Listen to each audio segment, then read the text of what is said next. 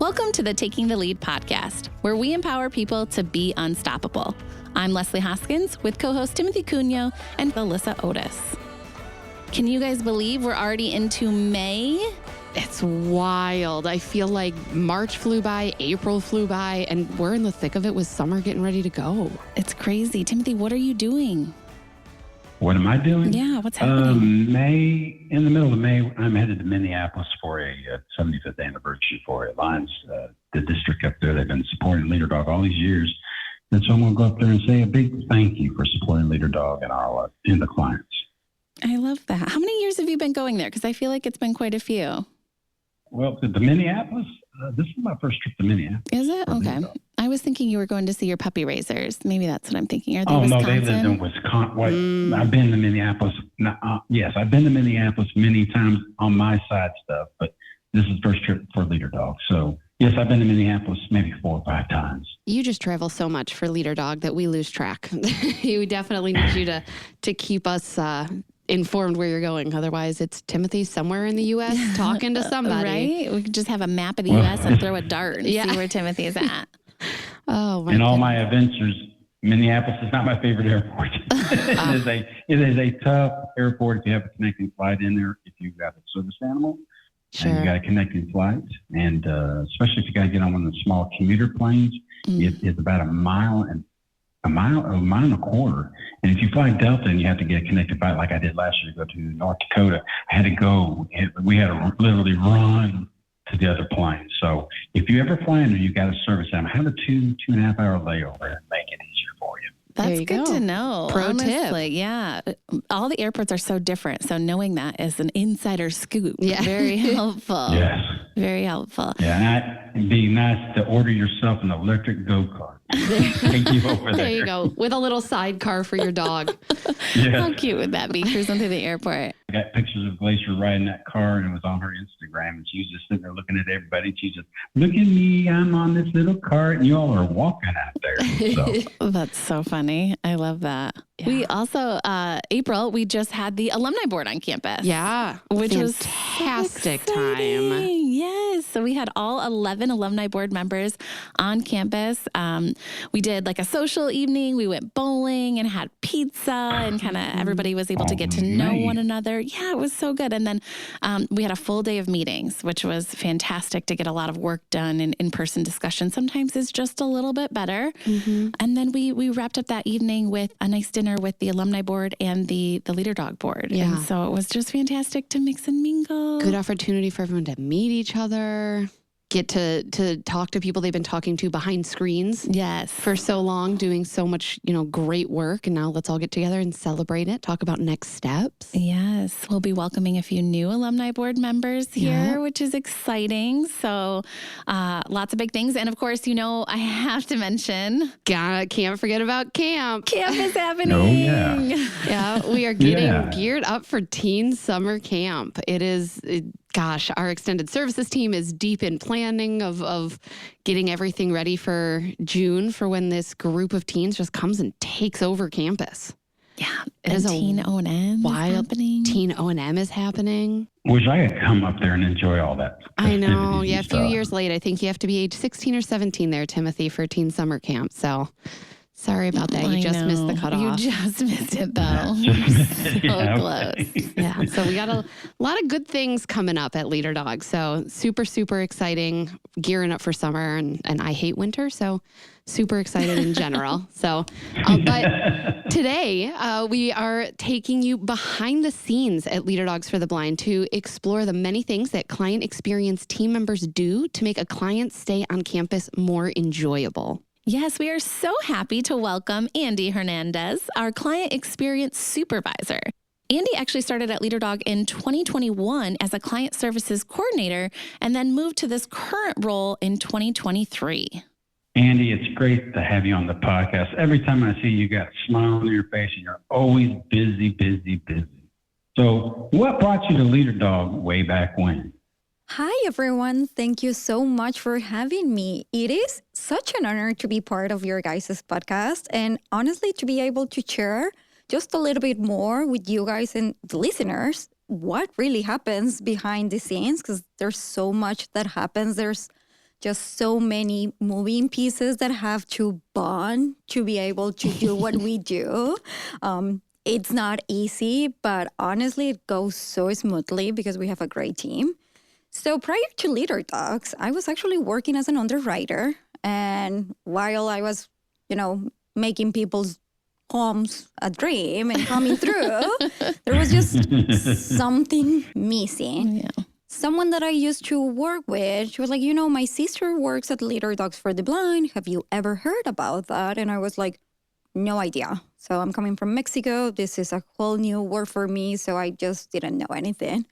A couple days later, I took my little French bulldog Taco to Premier Pet across the street for training. And hold and behold, I look next and I'm like, oh, look, there's Leader Dogs for the Blind. That's the place. Yeah. So I started looking it up, read all about you guys, what you guys do.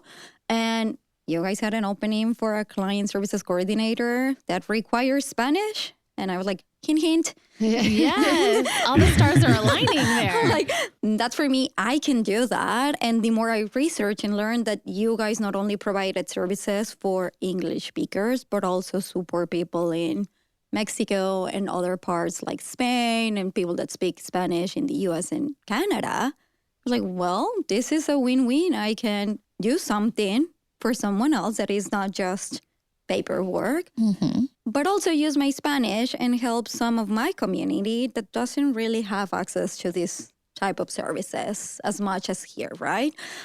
So win-win, and 5 years later, well, I'm still here. And we're so thankful that you are still here, Andy. So when you joined as a client services coordinator, you spent like 2 years in that role. How did that help prepare you for this current role? Oh, well, when I was in client services, it was a smaller department that we currently have. I was the only one Spanish speaker, so I pretty much had the role to process applications. But because I was the only one speaking Spanish, I was doing all of the jobs for everyone that speaks Spanish. So I was giving information for clients calling in. I was graduate support. I was translating for different teams.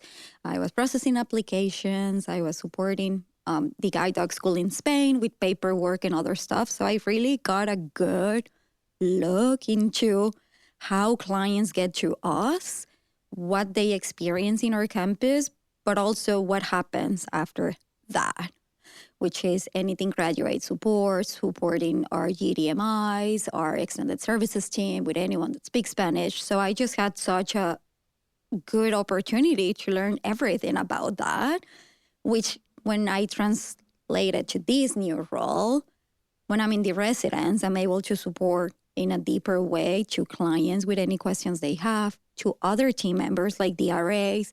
I'm able to fit the little pieces of the puzzle that maybe other people haven't had the opportunity to really learn about it, right? So if someone from the kitchen team has a question about a diet, I know where to find this information. I know how to support the client, how to support the team. So they don't really have to use any resources of their time. So I just take it over and do it. But if I didn't have that background from client services, it might have been a little bit harder. And it was just a smooth transition moving from one role to this one because I had such a good back story with, I just knew things. Yeah, I mean, the information that you collect in client services as a coordinator there can only help you. But now that you're in the residence, so I know obviously you know about what it takes for clients to get onto our campus, what their training is like while they're here, and then again, that grad support once they go home. What is kind of like your day-to-day? What are some of the things that you do in your new role now? Well, as Timothy can tell you, I am never in one place. I'm always running around, and I usually have like, okay, I need to do X, Y, and Z, but I just never know what the day will look like for me. I can walk into the residence and everyone is having a good time. Nobody really needs anything. Class is going very smoothly, and I can put my attention to different projects like implementing Navilens or looking at the residence renovations and stuff like that. Or I can get into the office and someone might be having a harder time. or might just need someone to sit down and talk to for whatever reason. Like, you don't have to really have a reason for, but if I can just sit down with you and spend some of my time there. But most of my day revolves around the behind the scenes. I like to say that my role is kind of divided in two. One is the side that the clients get to see and just experience, right? You go to the RA's office, you need something, I sit down, I talk to you. What else do you need? I'm just there.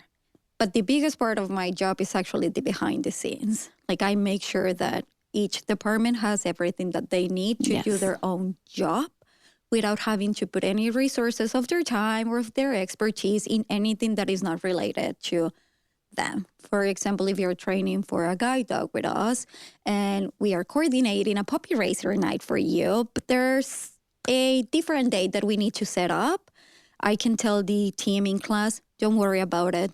Go train with your client, put your attention to the dog and the match that we just did. Now we'll take over. So I spend my time like coordinating with like puppy development. What other dates can we have? Let's look at the class schedules. No, we can fit this there. Let's try for this date. Let's go back and forth. So all of that, saving the team time, has I'm such sure an they impact. appreciate that. Well, and Alyssa, when you were a GDM, wouldn't it have been so great to have somebody like Andy? I was just going to say, this would have saved me a lot of time Googling different things, urgent cares and different places that I have to go. And to have somebody do that so that the instructors can solely focus on either the O&M instruction or the guide dog instruction is invaluable, honestly. Yeah, same for the kitchen team.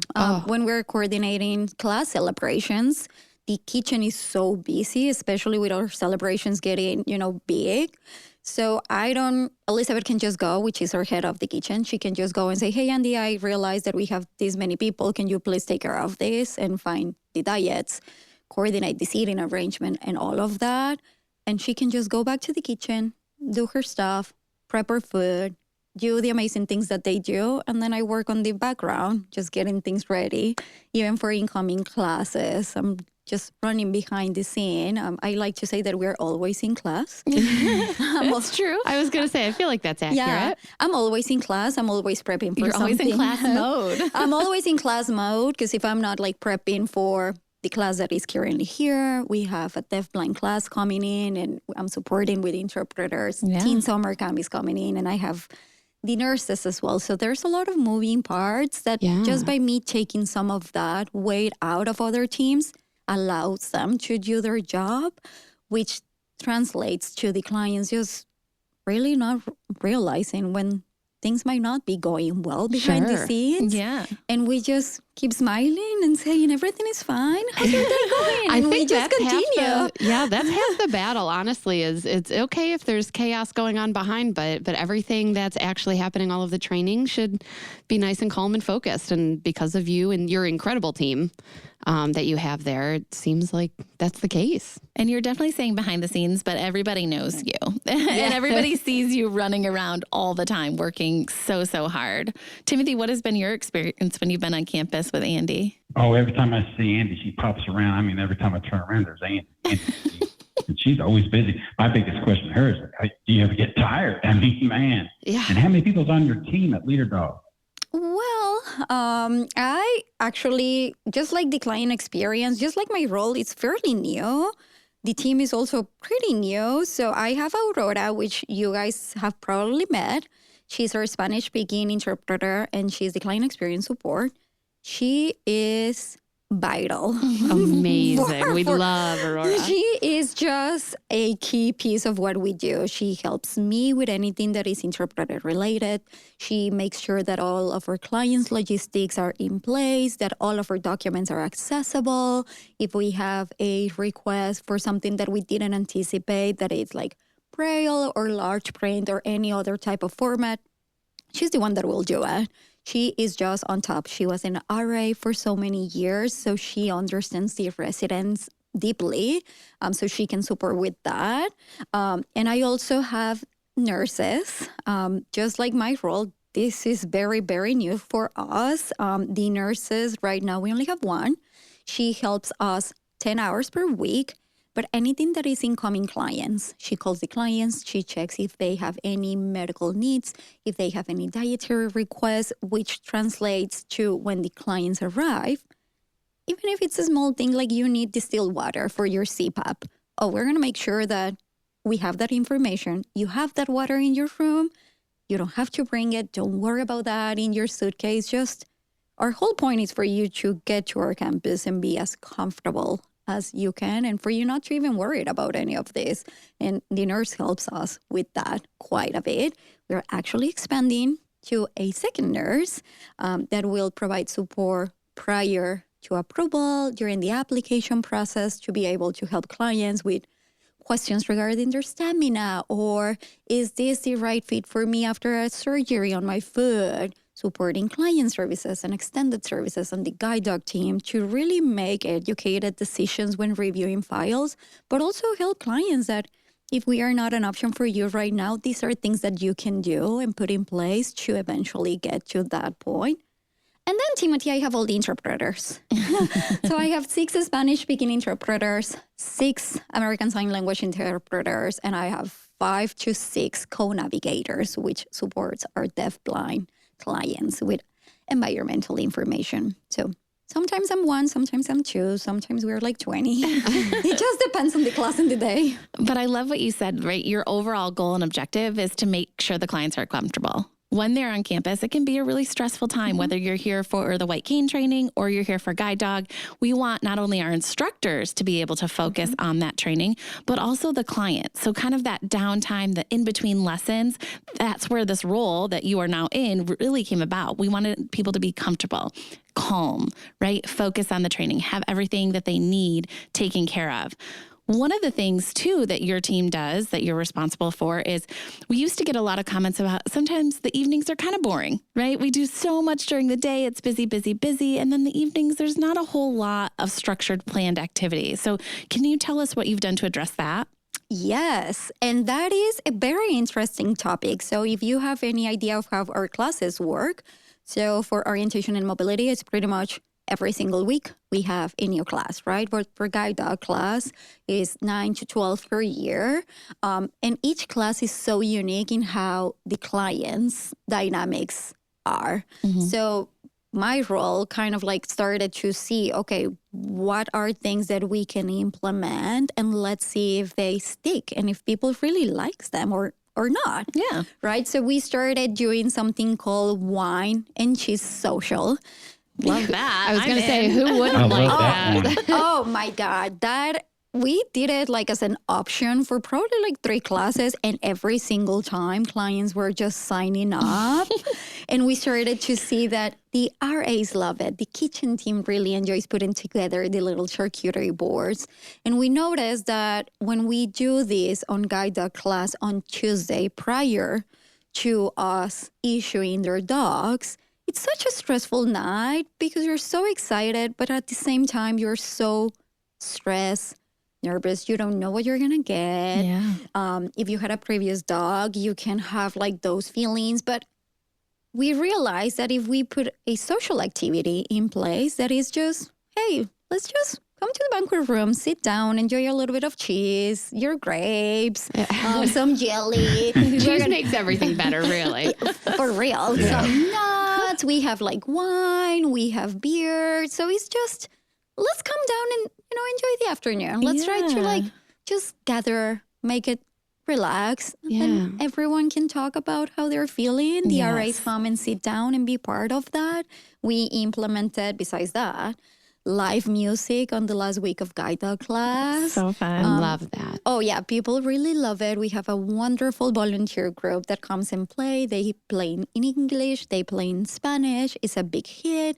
When they are not able to come, we have karaoke nights that people really, really enjoy. But the whole point of these activities is just, I know that it's week 3 of guide dog class. Everyone is really tired. Everyone is kind of like, I'm ready to go home, but oh my God, what's coming after this? What's going to happen? So it's such a stressful time that if we can give you at least an hour for you to let me just enjoy the music. You don't have to sing if you don't want to, but let's just enjoy each other. And it's completely optional. We are aware that some classes clients might just want to relax. So it's kind of a balancing act. You have to really gauge how the class dynamics are happening and what people are going to enjoy. Because if I have a class that prefers to just chill after, their training, then I'm not going to be forcing anyone to be like, let's go to karaoke.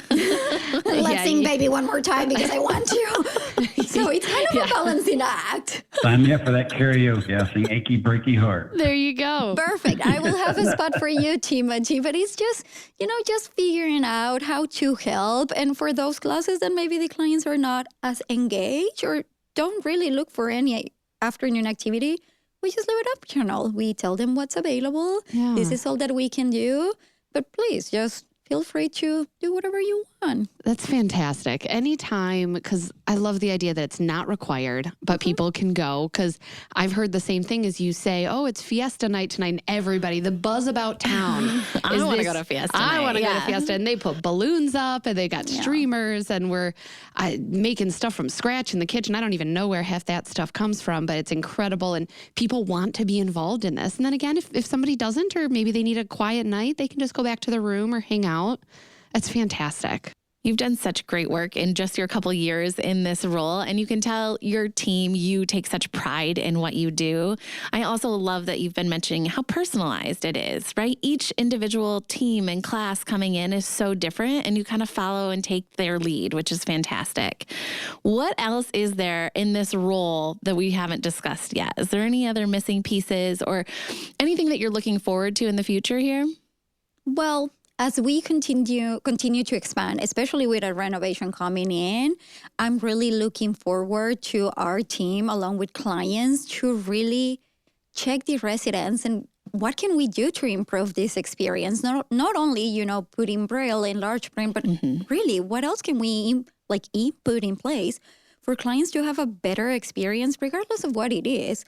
Like Elisa mentioned, if you prefer to just have downtime and read a book and have a window open and relax and have a relaxation room, then let's do that. How can we help in a different way that is not necessarily just accessible things, but also putting things in place that when you stay with us for a week or 3 weeks, that you feel at home, that we have everything you need. Should get a sauna maybe or a massage room. Yeah, that'd be a good idea right there. The hot tub has been a very big request. I bet a hot tub it is on our list, but we will see. We will see. But that's kind of what I'm looking forward the most, and also see how this department can continue to grow, to support, and what other areas of opportunities we have. Right, my role started with just me and Aurora as contingent, and it has grown so much from what